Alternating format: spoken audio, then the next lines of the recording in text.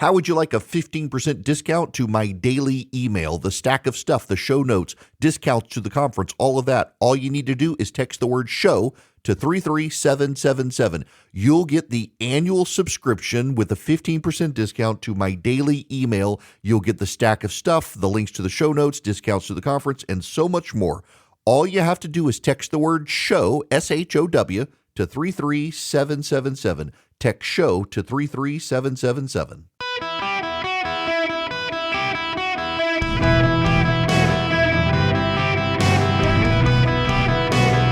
Welcome to the Eric Erickson Show podcast, Hour 3. My fellow Americans, I am delighted to have you with me.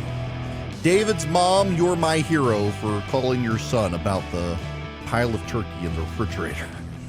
I got a text this from me. Did you say something on radio? My mom just called me. All right. The phone number 877-973-7425. I want to move on from, we've talked way too much about politics. There's so much other news out there right now, and I want to spend some time on it. And one of those, I'll get to your phone calls here, but just bear with me here.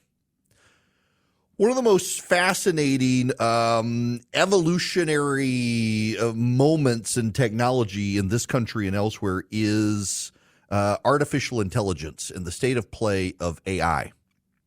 Let me explain to you essentially what these programmers have been able to do. Now, side note, in a former life, I used to be able to program computers. I actually really liked it. I never wanted to. It's kind of like cooking. My parents always thought I should go to culinary school. It's like, I do it for fun. I don't want to do it as a job. I like to cook. I don't think I would like cooking if I became a chef. And talking to several people I know who are chefs, I think I was right on that. But computers were the same way. I was never quite brilliant at it, but I could do it and I enjoyed it. I could make my own games and stuff like that. So I'm not a super brilliant computer programmer. I built a computer, things like that. I kind of know the basics. I know enough to be able to explain this to you and dumb it down so that you understand it without having to rely on a bunch of other people. Now, when I was a kid in school, we had to do something in English class that I don't think most kids do anymore. My kids go to a classical Christian school, so they have to, but most kids I don't think diagram sentences anymore. You know diagramming sentences, correct? I assume you know what a diagramming sentence is. Diagramming a sentence means you're able to break it apart on lines and show the noun and the verb and the prepositional phrase, the adjectives and the adverbs, and you understand, for example, an adjective adds flair to the noun, adverbs add flair to the verbs, you got the prepositional phrases, you've got the key words to identify what a preposition is, the clause in the sentence, things like that, all the rules of grammar. What computer programmers have been able to do over time is use what's called a large language model, an LLM, where instead of using like short bits of information, you can take an article, teach the computer how to diagram the sentence and the basic meaning of the words, and it can process and in computer terms, comprehend based on algorithms what it means. Doesn't always get it right. The better the AI algorithm, the more likely the computer is able to learn the meaning of a sentence, whether it's written in anger, whether it's written in joy, whether it's written questioning, things like that. So they run a computer program where they take in large batches of information at one time. The computer is able to process it, essentially diagram the sentences to figure out what it means, and then regurgitate it to you. There are a couple of problems. One of the problems is that it uses massive amounts of energy. Bitcoin and cryptocurrency mining uses massive amounts of energy. AI programming does as well. Now, there's a catch here. A lot of tech companies are very progressive. Take Apple. I love Apple. Y'all, to give you an idea of my love affair with Apple technology, I'm sitting in front of my MacBook Pro. On either side of me is an Apple external monitor. To the left of me is my iPad Pro. To the right of me is my iPhone. And on my wrist is my Apple Watch. When I go to New York, I walk around the Apple Cube 7 times praying to Steve Jobs. I am in the Apple cult. I freely admit it. The bane of my existence is my producer who's listening right now, who will not get himself an iPhone. And he's like, boss, I'll get an iPhone if you buy me an iPhone, but you'll never actually check the messages on your iPhone because you carry your stupid Android device around. And I refuse to text with people who generate green bubbles because I don't associate with poor people. Nonetheless, I digress. Green chat bubbles. Have to send him a text to his computer, and like 3 days later, he'll find it. Nonetheless, Apple wants to be a green company. In fact, they did this stupid skit a couple of years ago in an Apple presentation where they had somebody pretend to be Mother Nature and come in and challenge them on their green scorecard. And, they're going to be carbon neutral by 2030. Can't be carbon neutral. We needed a massive array of computing power to generate the queries for someone wanting to understand the Snoop Dogg lyrics. It's going to be hard. Now there's a new wrinkle in AI. It turns out that when artificial intelligence begins to consume information that has been written by artificial intelligence, it becomes, let's see, I don't have any affiliates in Alabama yet. I do in Mississippi now, so I can make an Alabama joke. You want me to not make inbred Alabama jokes? Put me on the radio there. I'll shut up. Until then, y'all know it becomes like a family tree with just a single stick, no branches. It becomes deeply inbred. So AI, when it feeds on large language models generated by AI in ways they don't quite understand, becomes even worse. It becomes more inaccurate. So here's the thing, and this is the wild part of this. Researchers don't quite understand completely the details of their own models to generate AI inquiries. They know the basics, but how the computer is actually processing stuff, they tinker with it until they get it right, and they're not quite sure what they did. Y'all all understand this, don't you? Let me give you a different scenario here. One you're more likely to understand. You go to a gun range. You're firing the gun. The gun doesn't hit the bullseye. It's off to the left or the right. And you think you're holding it straight, and you're not. And so you're adjusting your grip a little bit. Now it's going this way. Now you're lining the sights a little better. Now it's going this way. And you're not exactly sure what exactly it is that you're adjusting to get it perfectly fired into the bullseye, but you're adjusting this, you're adjusting that. You think you're holding it straight the whole time. It feels straight the whole time, but it's clearly not. Maybe it's the barrel is slightly off. You don't really know, but you keep making adjustments until you get it straight. And you're not quite sure exactly what all the adjustments are, but that's what they're doing with the AI models. They're trying to get an answer to a complex question, and they keep tinkering with the algorithm. They change this. Okay, now we're going to change this. And they track their changes until they get the answer that they want, the outcome they want. And what they're discovering is that now that they've taken the Encyclopedia Britannica and they've had their AI model consume it, and then they've taken all the books in the Library of Congress and they've had the AI model consume it, now they're having the AI model consume articles that turn out to have been written by AI, and the AI model breaks. They have no earthly idea why. But the more content generated by artificial intelligence that then other artificial intelligence reads and consumes to process answers, it becomes like as inbred as the Habsburgs. It's kind of remarkable. Now, here's the rub. It takes massive amounts of energy to do. It's not accurate. They don't know why it's not accurate. It gets worse when you feed more AI into it. And you know what? It's not actually changing anything. See, it turns out if AI was going to displace people and put people out of work, it was going to be the white-collar workers. It was going to be the lawyers. It was going to be the writers. It was going to be the journalists. It was going to be the marketing people, the photographers who were going to be put out of work. Wasn't going to be the blue-collar people. Wasn't going to be the working class. No plumber is going to lose his job to a computer model, nor will any electrician, nor will any home builder. Well, now it looks like even the lawyers aren't going to lose their jobs because AI turns out to be largely a scam.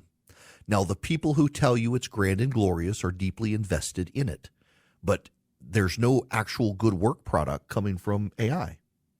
It's actually remarkable just how incoherent the AI models are becoming the larger they get. Now, I say all this, I'm running Apple's beta. For Apple's new, they call it Apple Intelligence, not artificial intelligence, and it's supposed to be able to do more stuff.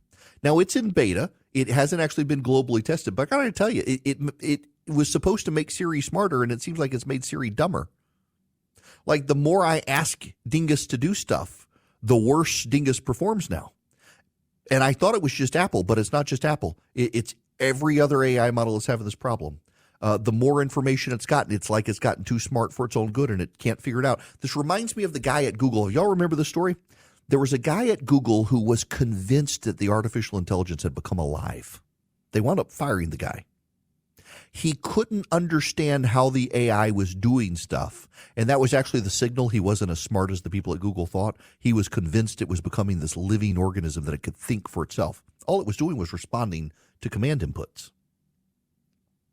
It's just remarkable that he got confused and thought it was alive, and other people have just become engendered. And here's why.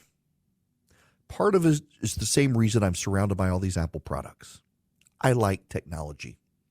I think technology is kind of cool. I like being able to connect with friends around the world. I like being able to watch YouTube videos and stupid memes on Instagram. I like having a group of friends where I can see something on Instagram and say, oh, I can't post this, but I can send this to my friends and they'll find it funny without canceling me. I like that. But at the end of the day, it's a tool. And the tool is only as good as the people who control it and use it. And the people who forget that it's just a tool that takes other people to be able to use it, it's like a hammer. Do you see that Dave Portnoy video? He's the guy from Barstool Sports who was trying to hammer something and he didn't even know how to hold the hammer. I don't know whether he was doing it for real or sarcastic or what. He wound up having to have a contractor come build a fence for him because he was just smashing his fingers and not doing stuff. You put a hammer in your hand. If you don't know how to use the hammer, you're going to smash your finger. You put AI in someone's hands, they don't know what to do with it. People are worried about job losses. All that's happening is we're using massive amounts of energy. Talk about carbon footprint. We're using massive amounts of energy to get summaries of information that you could use to just get from a book. About the only thing AI is proving itself useful for is cheating. Kids in school asking AI to write 5 paragraphs book report to summarize To Kill a Mockingbird. AI can write 5 paragraphs summarizing To Kill a Mockingbird. That's about all it can do, though. It turns out that it's not nearly as good as people thought it was. It's vastly more overrated than what people expected it to be. It consumes vastly more energy than anyone thought that it would consume. And at the end of the day, it gives you worse results than what other people would. My buddy David, I'll leave his last name out of it. Those of you who know he's a brilliant photographer. He was really worried there for a while that, he travels around the world and he takes incredible photographs. He's been in Belize, he's been in South Africa, he's been in Greenland, he's been all over the place. He was really worried that they could generate photorealistic images and it could put people like him out of work. Turns out AI can't generate fingers. No. They put out a picture the other day of Donald Trump surrounded by black women. You knew immediately, like there was some woman who circulated this picture and said, look, Donald Trump has this massive fan base of black women. I don't know what people are talking about. Black women love him. Look at this picture. And these women surrounding him, they all looked eerily similar. And then you realize they all had 6 fingers and claws. It was AI generated. AI can't generate fingers. Neither can the artists. That's why you watch a cartoon, all the cartoon creatures have 4 fingers. It's hard to do fingers, and AI itself can't figure it out. People invest too much into technology and believe that technology will lead us to a brighter future, when really the brighter future is going to be led by people. People are the most valuable resource. not the technology. And it turns out the technology, when you rely on technology that relies on technology, becomes pretty inbred. It's not quite what it was cracked to be, but I bet every single one of you has heard the media doing glowing profiles of AI. It turns out their glowing profiles of AI are about as truthful as their glowing profiles of Kamala Harris. AI might be the most important new computer technology ever. It's storming every industry. Everybody's talking about it. Billions of dollars invested, so buckle up. The problem is AI needs a lot of speed and processing power. So how do you compete without costs spiraling out of control?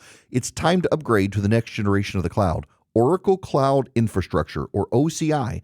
OCI is a single platform for your infrastructure, database, application development, and AI needs. OCI has 4 to 8 times the bandwidth of other clouds, offers one consistent price instead of variable regional pricing, and of course, nobody does data better than Oracle. So now you can train your AI models at twice the speed and less than half the cost of other clouds. If you want to do more and spend less, like Uber, 8x8, Databricks, Mosaic, take a free test drive of OCI at oracle.com/Erickson, ERICKSON. That's oracle.com/Erickson, oracle.com/Erickson. Go check them out today. Welcome. It is Eric Erickson here, 877-973-7425. Tony, you're going to be up next. Welcome to the show, Tony. How are you? Eric, how are you? Greetings from Woodstock, Georgia. One of my favorite places. To you while I hike. Yeah, I heard you call out Michael Caldwell a few months back, and I thought it was a great show. But I'm hiking Kennesaw Mountain, listening to you today. I saw the Democrats in full throat yesterday chanting, "Don't go back, don't go back." And I thought, how do the Republicans not put out an ad that says, I do want to go back. I want to go back to $1.87 gas, 1.4% inflation. I want to go back to 2020 grocery prices, or peace in the Middle East, or a secure border, or a bankrupt Iran. You've talked a lot about how the messaging almost seems ridiculously simple. And I'd just like to get your thoughts on that. And also a quick question about money, if you're going to be sending money in, where it should go. Honestly, Tony, I'm glad you asked that question, because I'm getting a lot of emails from people like, where do I actually send money? So here it is. Answer for all of you is, if you're going to send money, send it directly to the campaign. The campaigns go, if you're on the Democratic side, it goes through Act Blue. If you're on the Republican side, it goes through Win Red typically. But go to Donald Trump's website. I will tell you, I've got a capacity with Win Red, and I may have to do this for candidates. Is I can go in and I can set up a slate of candidates. And with Win Red, I've got an account that can do this. And so if you go in and you go to like My Slate, when you give money, it actually goes to the campaign. But avoid the super PACs. Give it to the candidates.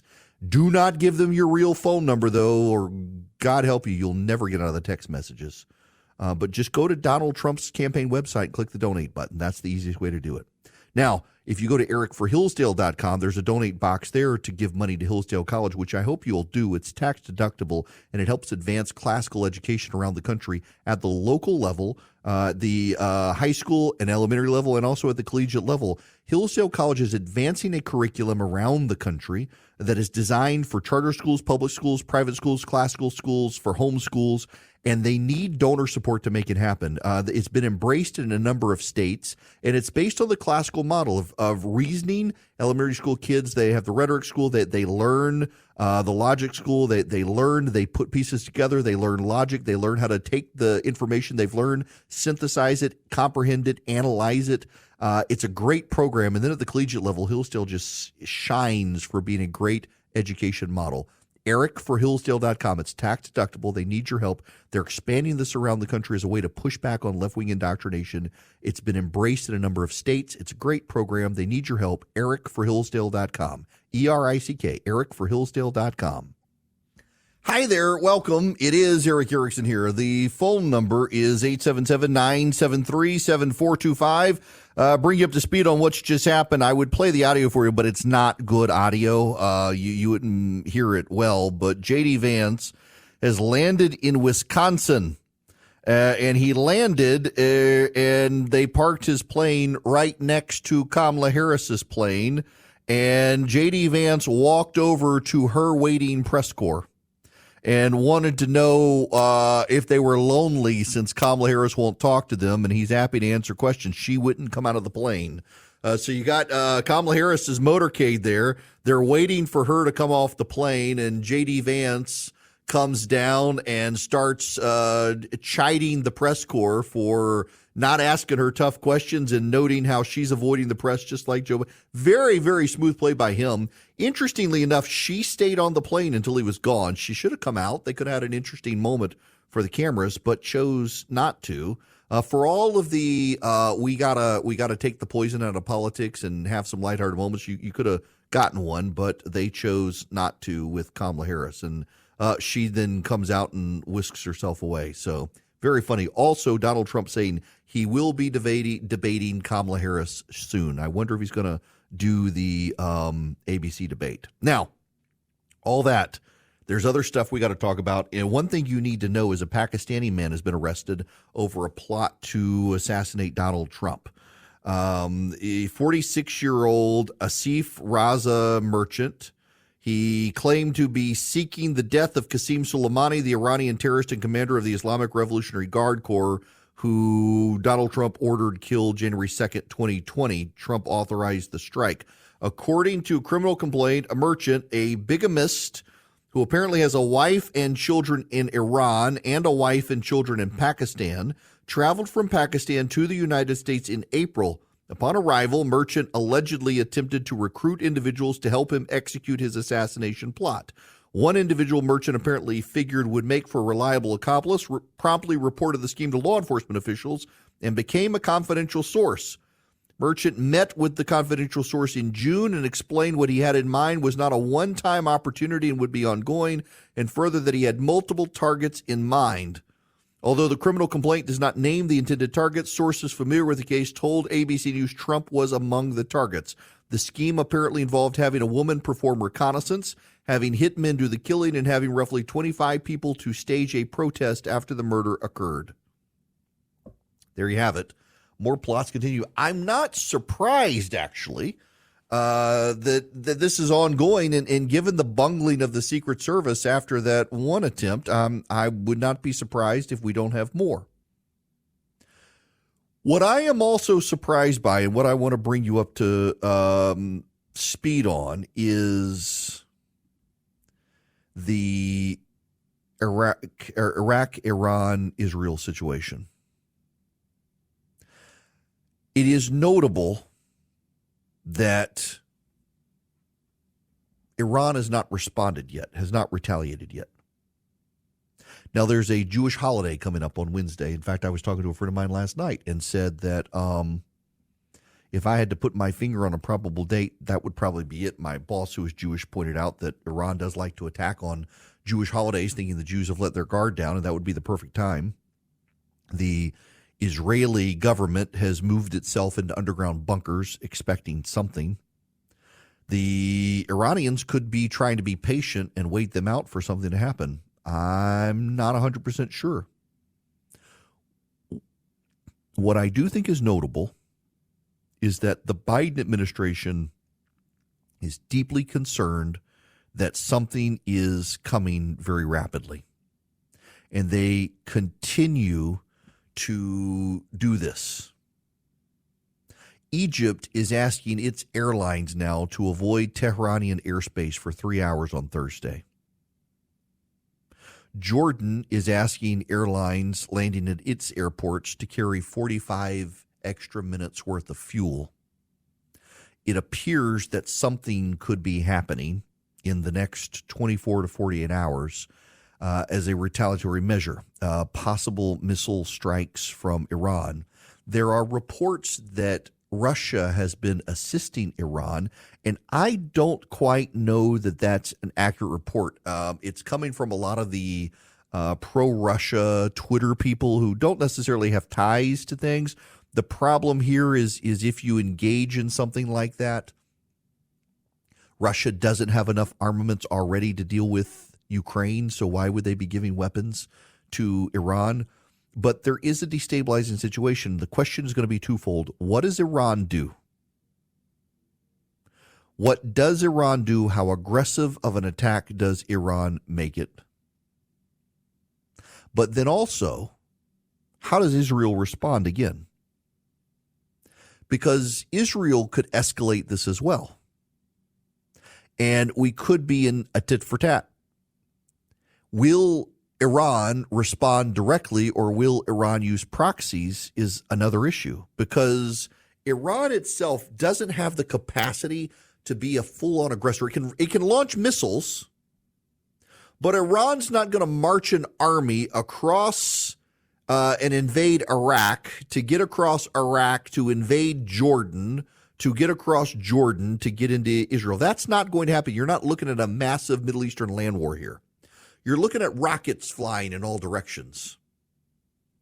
We know the Iron Dome system in Israel handles itself very well, but we also know from Hezbollah that the Iron Dome system can be overwhelmed. We do know it can be overwhelmed, and we do know from direct evidence that Hezbollah has found a way to target the Iron Dome batteries.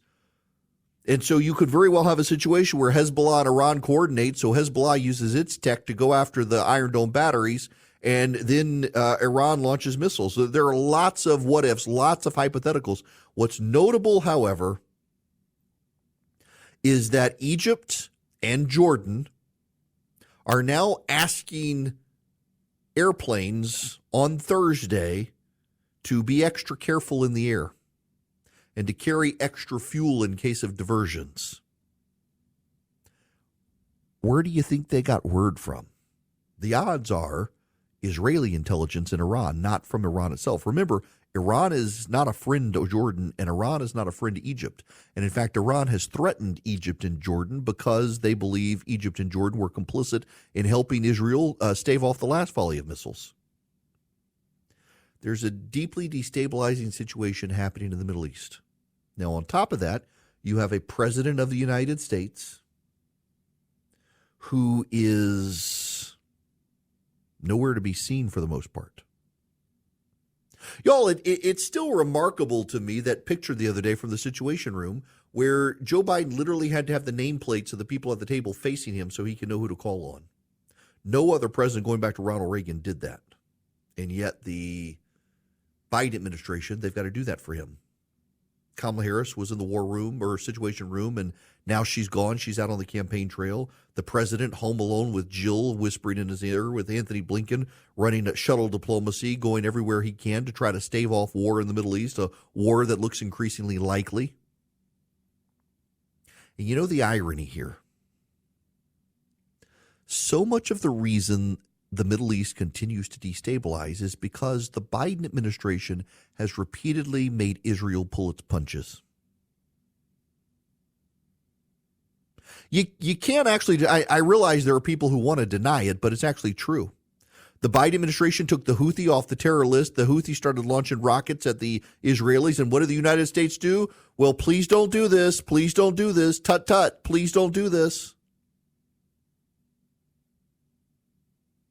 Time and time again, when Israel's been told by the United States government to pull its punches, its enemies respond even more harshly.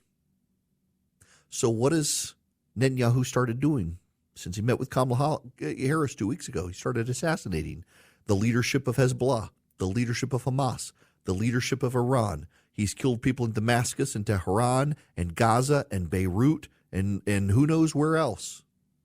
Now you got the leader of Hamas. I got to tell you guys, so Politico, it's kind of remarkable. If you read Politico's notebook today, and it wasn't even me, it was other reporters laughing at Politico, how they decided to cover this Hezbollah leader now. They make him just sound like he's a McKinsey consultant who somehow got promoted. It was just kind of wild. They were like, Hezbollah's new leadership is so-and-so who so-and-so got promoted based on the death of someone else. It was kind of a wild promotion. Yes, Yahya Sinwar has elevated to become Hamas's political leader, a step up for the Gaza chieftain accused of leading the October 7th attack that killed nearly 1,200 people.